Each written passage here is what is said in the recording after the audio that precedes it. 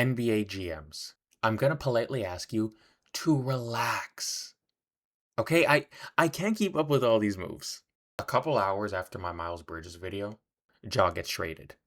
So now I gotta talk about this. But of course I will, because there's nothing I love more than talking basketball.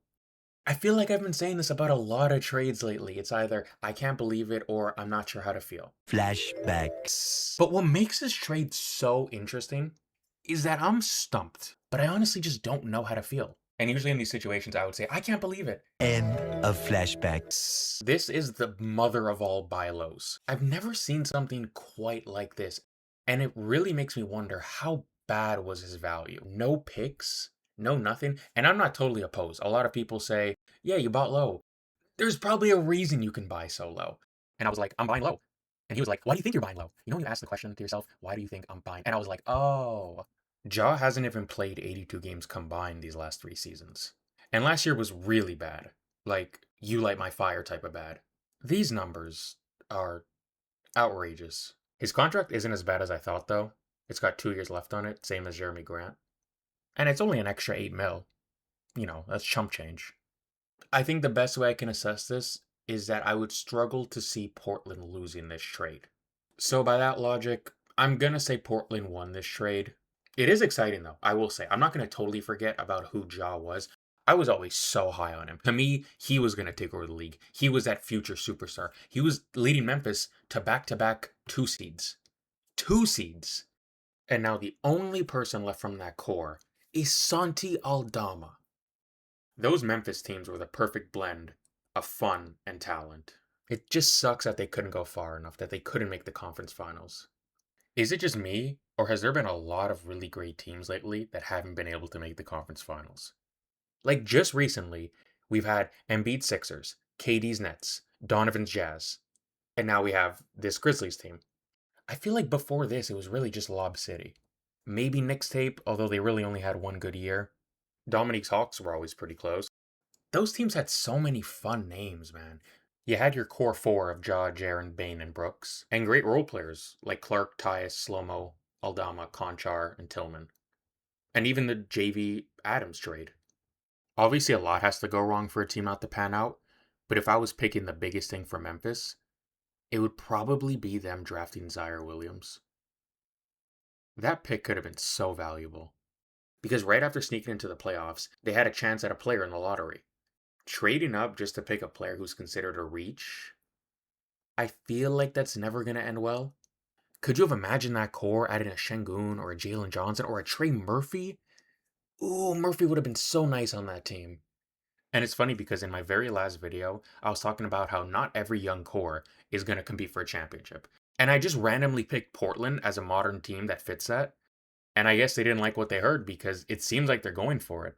Now, they're definitely not going to win a championship, but they're going for it, and I absolutely love that. And if they get Jaylen Brown, this team is going to be so much fun. A lot of people are floating around the Drew, Sharp, and Scoot package. But then I saw Celtics fans on Reddit saying they would need Klingon. Bro, no. No.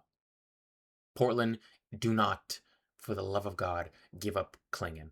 And man, I said it in one of my other videos. I'm going to say it again. Why couldn't Portland have held on to Cedric Coward? You cowards.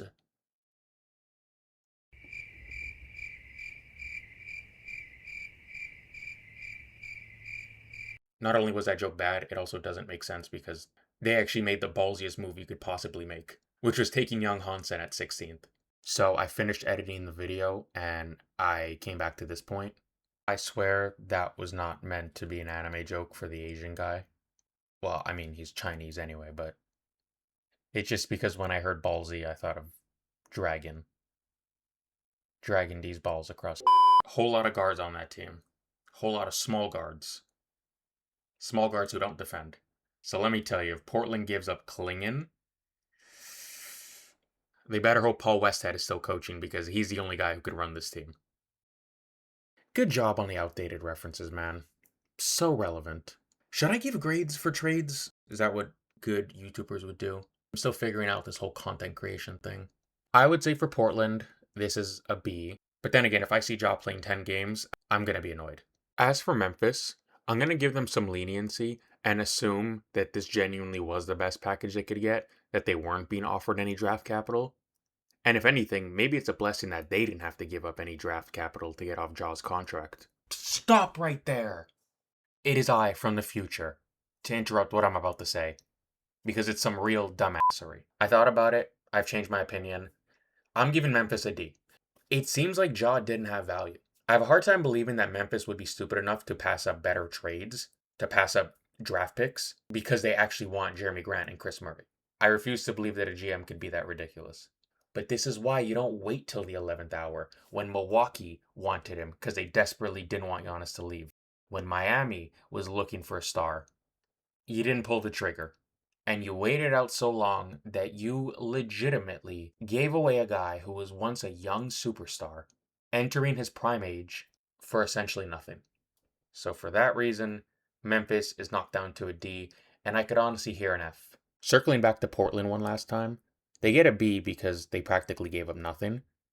But I don't love the fit, especially with Dame coming back. I'm not sure how this roster is going to work.